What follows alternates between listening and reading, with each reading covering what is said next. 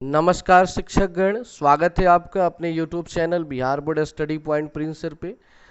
आज का CTET and TET special में चाइल्ड डेवलपमेंट एंड पेडागोजी का टॉपिक नंबर 18 और 19 एक साथ आज कवर करने वाले हैं क्योंकि छोटा छोटा टॉपिक है। तो आज हम लोग टॉपिक नंबर 18 और टॉपिक नंबर 19 को एक ही वीडियो में कवर करेंगे। तो चलिए शुरू करते हैं। आज का हमारा 18 नंबर टॉपिक है कि अधिगम यानी सीखना और अध्यापन की बुनियादी प्रक्रियाएं, मतलब पढ़ाने की कुछ प्रक्रियाएं होती है। बालकों की अधिगम कार्य नीतियां, सामाजिक क्रियाकलाप के रूप में अधिगम और अधिगम के सामाजिक संदर्भ। लंबा सा टॉपिक है, खैर कोई दिक्कत नहीं है। चलिए, मेन है अधिगम और अध्यापन, सीखना और पढ़ाना। तो शुरू करते हैं। सबसे पहले हमारा इसमें प्रश्न है कि शिक्षण की परिभाषा दे, मतलब जो शिक्षण होता है, मतलब जो पढ़ाया जाता है, ये क्या है। तो यहाँ पे दो मनोवैज्ञानिक ने परिभाषा दिया है कि हाफ एवं डंकन, दो व्यक्ति हैं, हाफ एवं डंकन। उनका कहना है कि शिक्षण 4 चरणों वाली प्रक्रिया है। पहला योजना, या आप अगर पढ़ा रहे हैं तो सबसे पहले आपके पास कोई योजना होनी चाहिए, जैसे कि पाठ्य योजना होता है, कैसे आपको पढ़ाना है। निर्देशन, आप उसको कैसे मतलब वहाँ पे निर्देशित करेंगे बच्चों के सामने। फिर उसका एक मापन होना चाहिए कि आपने जो पढ़ाया कितना स्तर तक बच्चों का विकास करेगा। और फिर उसका मूल्यांकन करना, यानी फिर से उसका परीक्षा लेना, जांच करना कि बच्चे कितना सीखे और अपने आप में इस पढ़ाई से कितना विकास किए। तो ये 4 चरणों वाली प्रक्रिया है: योजना, निर्देशन, मापन और मूल्यांकन। तीसरे मनोवैज्ञानिक है बटर्न। बटर्न के अनुसार शिक्षण अधिगम हेतु प्रेरणा, पथ प्रदर्शन और प्रोत्साहन है। मतलब जो पढ़ाना है वो एक प्रकार का प्रेरणा होता है, बच्चों को मोटिवेट करता है पढ़ने के लिए। पथ प्रदर्शन, बच्चों को अच्छा रास्ता दिखाया जाता है। और बच्चों को प्रोत्साहित, यानी उनके मन में उत्साह को भरा जाता है।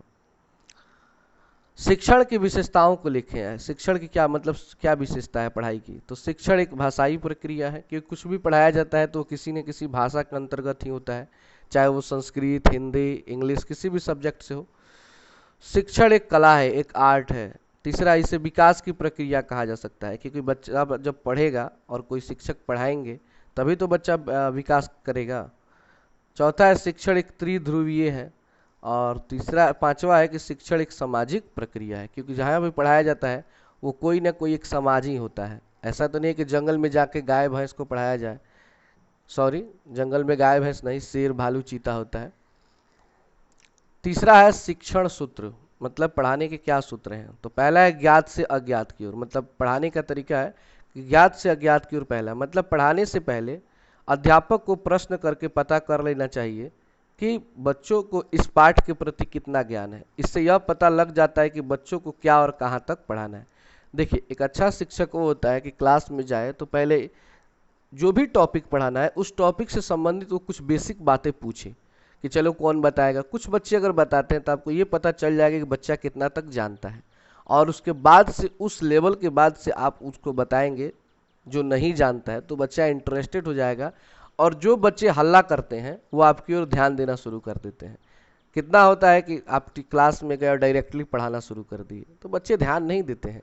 इसलिए पहले बच्चों को जाइए और उनसे कुछ सवाल कीजिए। जहाँ 1 से 2 बच्चों को आप पूछिएगा, बाकी सभी बच्चे आपकी ओर ध्यान देना शुरू कर देंगे कि भाई इस टीचर जो है वो केयर करने वाला है, इसका क्लास लेना चाहिए। तो ये काम करना चाहिए। इसको कहते हैं ज्ञात से अज्ञात, मतलब ज्ञात मतलब उसको कितना जानता है, और फिर अज्ञात की ओर मतलब वो नहीं जानता है उसके बारे में उसको बताया जाए। दूसरा है सरल से कठिन की ओर, मतलब सबसे पहले बच्चों को आसान सवाल बताइए और फिर भारी सवाल। ये नहीं कि जाते ही भारी सवाल बता दीजिएगा, बच्चा पढ़ेगा ही नहीं, क्योंकि उसके मन में हो जाएगा कि भाई शुरुआती में इतना भारी है तो आगे तो और भारी होगा। पहले अध्यापक को सरल रचनाएं प्रस्तुत करनी चाहिए, इसके बाद उससे थोड़ा सा ऊपर का स्तर तथा बिल्कुल अंत में मुश्किल रचनाएं प्रस्तुत करवानी चाहिए। देखिएगा, कोई भी टॉपिक पढ़ाया जाता है तो पहले क्या आता है, पहले ऑब्जेक्टिव आता है छोटा छोटा, फिर लघु उत्तरीय आएगा, फिर सॉरी अति लघु आएगा, फिर लघु आएगा, फिर दीर्घ आएगा। अगर पहले ही दीर्घ उत्तरीय दे दीजिए तो बच्चा पढ़ना ही छोड़ देगा, कहेगा बाप रे इतना बड़ा बड़ा क्वेश्चन हम तो नहीं पढ़ेंगे। ठीक है, तो बच्चों को अपने और अट्रैक्टिव करने के लिए पहले छोटी छोटी चीज़ों को बताइए जो बच्चा जानता हो, बच्चा जल्दी सीख जाए, बच्चे अट्रैक्टिव होते हैं। तीसरा है विशिष्ट से सामान्य की ओर, मतलब कि विशेष से सामान्य की ओर जाना चाहिए। अध्यापक को सबसे पहले पाठ का विशिष्ट रूप प्रस्तुत करना चाहिए, उसके बाद उसका सामान्य रूप, क्योंकि बच्चे को विशेष रूप पर ज़्यादा ध्यान देने की आदत होती है। विशेष रूप का अर्थ है ना कि जैसे मान लीजिए आप कोई भी टॉपिक पढ़ाने वाले हैं क्लास में, तो क्या कीजिए कि आप सबसे पहले उसका एक सारांश बताइए, मतलब बच्चों को जो मेन मेन बात है इस टॉपिक में उसके बारे में बताइए कि हम क्या पढ़ने वाले हैं, इसको पढ़ने से क्या फ़ायदा होगा। तो बच्चे क्या होंगे कि आपकी ओर अट्रैक्टिव हो जाएंगे और उसके बाद से नॉर्मल सही बातों को धीरे धीरे बताते चलिए, तो वो आपसे जुड़ जाएंगे। फिर है कि मूर्त से अमूर्त या स्थूल से सूक्ष्म की ओर। बच्चे उन चीज़ों के ऊपर तार्किक रूप से नहीं सोच सकता जो उससे ने पहले नहीं देखा हुआ है। मतलब बच्चे जिस चीज़ को देखे नहीं होते हैं ना, उसके बारे में अगर पढ़ाइएगा तो बच्चा जल्दी समझ नहीं पाता है। जैसे कि मान लीजिए कहा जाए कि कुत्ता, तो कुत्ता हर बच्चा देखा रहता है, तो कुत्ते के बारे में आप समझाइएगा तो बच्चा जल्दी समझ जाएगा, गाय के बारे में समझाइएगा जल्दी समझ जाएगा। लेकिन अब आप उसको कहेंगे कि चलिए आज हम लोग पढ़ने वाले हैं ऑस्ट्रेलिया के बारे में। अब छोटा सा बच्चा है, ऑस्ट्रेलिया के बारे में वो कभी सुना ही नहीं होगा, तो उसके बारे में बताइएगा, सुनेगा, लेकिन उसको समझ में कुछ नहीं है, उसका इंटरेस्ट भी खत्म हो जाएगा। अब बच्चा है, उसने कभी व्हेल मछली नहीं देखा है, तो मछली तो समझेगा लेकिन व्हेल मछली क्या है। तो चित्रों का प्रयोग भी करना बहुत अच्छा होता है, अतः पहले बच्चों को चित्र में दिखाना चाहिए, बाद में उनको हटाकर उन पर ध्यान केंद्रित करने के लिए बोलना चाहिए। मतलब शुरू में कुछ चित्र दिखाना चाहिए कि आज हम इन सब चीज़ के बारे में पढ़ने वाले हैं, ठीक है ना, जिसको टीएलएम कहा जाता है। आप लोगों ने ट्रेनिंग किया होगा तो टीएलएम पे भी नंबर मिलता है। फिर है विश्लेषण से संश्लेषण की ओर। विश्लेषण का अर्थ होता है टुकड़ों में तोड़ना, मतलब अलग अलग शब्दों में तोड़ देना, और संश्लेषण का अर्थ होता है जोड़ना, पहले तोड़िए और फिर जोड़िए। उदाहरण के लिए जब हम कविता का अनुवाद करते हैं तो एक एक शब्द को तोड़कर लिखते हैं। जब भी कविता पढ़ाया जाता है तो एक एक शब्द को समझाया जाता है ताकि बच्चा समझे, और जब हम उसका निष्कर्ष निकालते हैं तो पूरी कविता का निचोड़ निकालते हैं। लेकिन पूरा जब अर्थ कहना हो पूरे लाइन का, तो एक ही लाइन में हम अपने मन से उसका अर्थ बनाए थे। ऐसा नहीं कि हर वर्ड का हम अर्थ लिखते चलेंगे, नहीं तो वो अच्छा नहीं लगेगा और अच्छा मतलब गलत भी हो जाएगा। जैसे कि मान लीजिए कहा जाए कि आ रही रवि की सवारी, तो वहाँ पे समझाया था आ मतलब आ रहा है, रवि मतलब सूर्य की सवारी मतलब वो रथ पे बैठ के आ रहे हैं। तो ये हो गया, आप एक एक शब्द को समझा रहे हैं। और फिर कह रहे हैं कि प्रस्तुत पंक्ति के माध्यम से कवि का कहना है कि भगवान सूर्य अपने रथ पर बैठकर सुबह सुबह आ रहे हैं। तो ये हो गया उसका पूरा निचोड़। तो अलग अलग तोड़कर बताते हैं तो वो विश्लेषण है, और एक साथ पूरा उसका निचोड़ निकाल रहे हैं तो वो संश्लेषण है। फिर है बाल केंद्रित के अनुसार। अध्यापक को बाल केंद्रित शिक्षा को ध्यान में रखकर शिक्षा देना चाहिए। बच्चों की रुचि तथा व्यवहार को ध्यान में रखकर शिक्षण विधियों का प्रयोग करना चाहिए। मतलब आप जो भी पढ़ा रहे हैं उसका ध्यान रखिए बच्चे उस पर केंद्रित हैं कि नहीं, मतलब बच्चों की उसमें रुचि है कि नहीं है, क्या वो इससे मतलब उनको अच्छा लग रहा है कि नहीं लग रहा है, तभी उस चीज़ को पढ़ाइए। ये नहीं कि आपको आ रहा है, आपको समझ में आ रहा है और आप पढ़ाए जा रहे हैं, बच्चे कुछ समझ ही नहीं रहे, तो धीरे धीरे आपकी क्लास से बच्चे क्या है उब जाएंगे, और जब भी आप पढ़ाने आएंगे तो आपसे मतलब उनका जो कनेक्शन है वो नहीं बन पाएगा। फिर है पूर्ण से अंश की ओर। अध्यापक को पहले पूरे भाग की जानकारी देना चाहिए, बाद में उसके छोटे छोटे भागों की जानकारी देना चाहिए। जैसे कि पहले वाक्य क्या होता है बताएं, फिर उसके भागों के बारे में बताएं। मतलब बच्चों को पहले आप क्या करें, एक वाक्य बोलें, वाक्य के बारे में समझा, उसके बाद एक एक वर्ड को उसमें समझा सकते हैं आप। जैसे कहा जाए कि राम घर जाता है, तो ये एक वाक्य हो गया। अब आप बताइए कि राम उसमें संज्ञा है, घर उसमें संज्ञा है, जाना क्रिया है सहायक क्रिया है, मतलब एक एक वर्ड को समझाइएगा। तो पहले इसी कहते हैं पूर्ण। पूर्ण मतलब एक वाक्य बताइए, फिर अंश उसका भाग बताइए, तो ये होता है पूर्ण से अंश की ओर। फिर है मनोविज्ञान से तार्किक की ओर। अध्यापक को पहले बच्चों को मनोविज्ञान के अंतर्गत समझाना चाहिए, मतलब बच्चे के मन के अनुसार कि बच्चे क्या चाहते हैं, बच्चे क्या सुनना पसंद करते हैं, उनके अनुसार पहले बोलिए और फिर उस पर तर्क दीजिए, उसको समझाइए, तो बच्चे क्या होते हैं कि अच्छे से समझते हैं।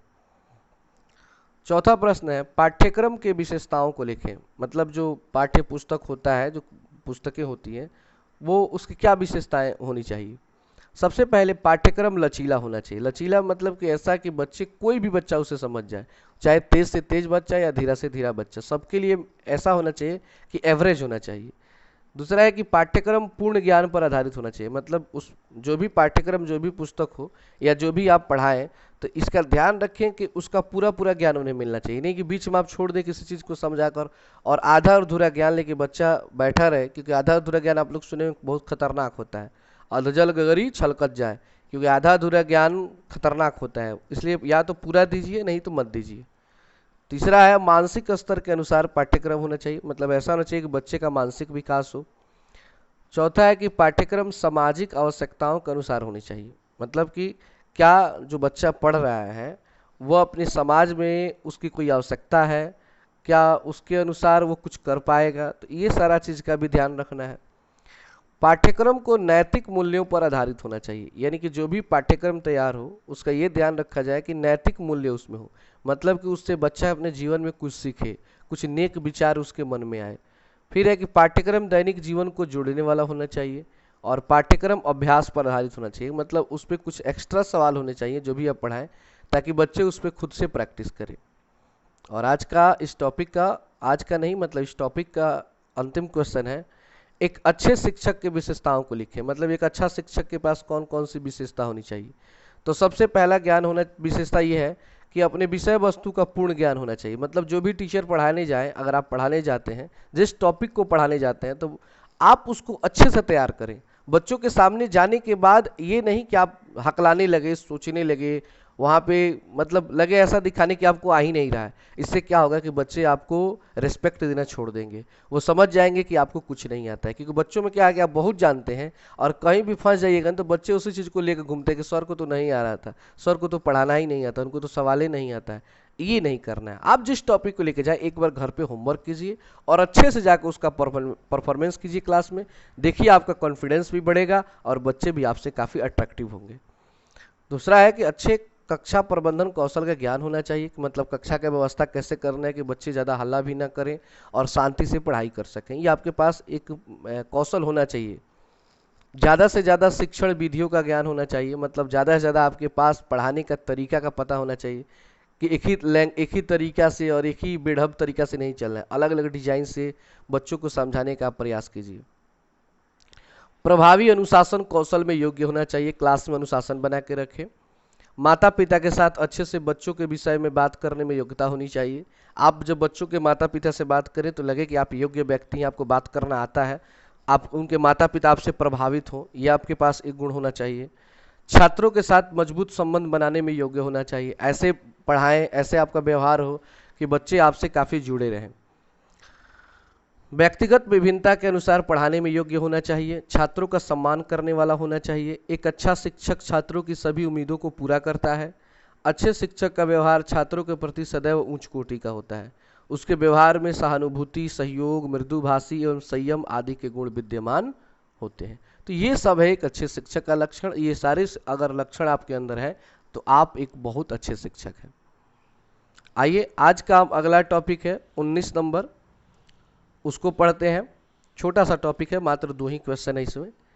एक समस्या समाधान करता और एक वैज्ञानिक अन्वेषक के रूप में बालक, मतलब जो बच्चा होता है एक समस्या का समाधान करता होता है और एक वैज्ञानिक के रूप में भी होता है। कैसे, तो दोनों टॉपिक को समझते हैं। पहला है यह कि बालक एक समस्या समाधानकर्ता के रूप में।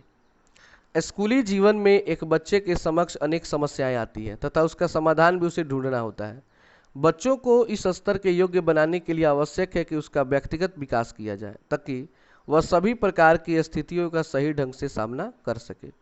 मतलब कि बच्चों के सामने ऐसा नहीं कि बड़ों के सामने ही समस्या है, हर स्तर के बच्चों को अपना अपना टेंशन होता है। जैसे कि मान लीजिए होमवर्क पूरा करना है, क्लास में बच्चों के साथ मिलजुल के रहना है, टीचर को भी खुश रखना है, ऐसी बहुत सारी समस्याएं हैं उसके पास और उसका हल भी उसे ही ढूंढना है। तो इसके लिए क्या किया जाए कि बच्चों को समस्या समाधान के रूप में बनाने के लिए निम्नलिखित गुणों का विकास किया जा सकता है। तो बच्चों में क्या क्या विकास किया जाए कि बच्चे खुद में मतलब अपनी समस्या को समाधान कर लें, उन्हें किसी और की आवश्यकता ना पड़े। तो सबसे पहले बच्चों में आत्म पहचान का गुण विकसित करना होगा, मतलब बच्चे को बताना होगा कि तुम्हारे अंदर बहुत सारी गुण भरे हुए हैं, बहुत सारी क्वालिटियाँ हैं, तुम बहुत कुछ कर सकते हो, मतलब उसका सेल्फ कॉन्फिडेंस जगाना है। दूसरा है अपनी कमी को स्वीकारना और दूर करना सिखाना। उनको सिखाना है कि अगर तुम्हारे अंदर कोई कमी है तो उसे स्वीकार करो और उसे दूर करो।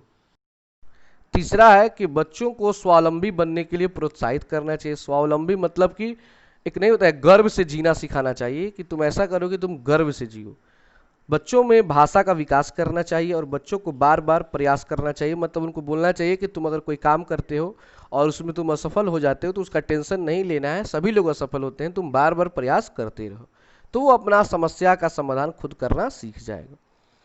अब है कि बालक एक वैज्ञानिक अन्वेषक के रूप में, जब बालक अपने ज्ञान और अनुभव के माध्यम से किसी समस्या के प्रत्येक पहलू को जानने लगता है तथा खुद ही समस्या का समाधान खोज लेता है, तब बच्चे में एक वैज्ञानिक अन्वेषक के गुण आने लगते हैं। मतलब बच्चा एक वैज्ञानिक के समान होता है। वैज्ञानिक किसको कहते हैं? जो नए नए चीज़ों की खोज करे तथा वह अपनी समस्याओं का खुद समाधान करने लगता है। बच्चे के इस वैज्ञानिक अन्वेषक के रूप में बनने के लिए निम्नलिखित गुणों का विकास किया जा सकता है। मतलब एक बच्चे को वैज्ञानिक गुण के आधार पर, मतलब उनको वैज्ञानिक बनाने के लिए, नए नए चीज़ों का खोज का विकास करने के लिए आप यहाँ पे निम्नलिखित काम कर सकते हैं। सबसे पहले कि बच्चों के समक्ष छोटी छोटी समस्या रखकर आप जानबूझ के कोई कोई समस्या का अर्थ क्या हुआ कि मतलब अब उनको ये मत बोल दीजिए कि तुमको 5 लाख रुपए लेके आना है, ऐसा नहीं बोलना है आपको। जैसे कोई होमवर्क दे दिया गया, कोई ऐसा काम जो थोड़ा सा उसको लगे कि हाँ ये मैं कर सकता हूँ तो कुछ डेवलप हो सकता है, तो कुछ कुछ समस्या आप रखिए उसके सामने। बच्चों को संभावित समाधानों के निर्माण होते प्रेरित कीजिए और बच्चे के द्वारा बताए गए संभावित परिणामों का परीक्षण कीजिए। और बच्चे जो उसका आंसर ला रहे हैं, बच्चे उसका जो हल ढूंढ रहे हैं, आप उसका जांच कीजिए कि कहाँ तक ये सही है और किस स्तर तक बच्चा विकास कर रहा है। तब जाके बच्चा अपने जीवन में कुछ कर पाएगा और अपने आप में डेवलप कर पाएगा। तो इस तरह से आज हमारा टॉपिक नंबर 18 और टॉपिक नंबर 19 समाप्त होता है। इसके बाद तुरंत हम लोग मिलते हैं टॉपिक नंबर 20 यानी अगला टॉपिक समझते हैं। तो आज के लिए इतना ही। प्लीज़ चैनल को सब्सक्राइब करके बेल आइकन दबा दीजिए और अपने दोस्तों में शेयर कीजिए।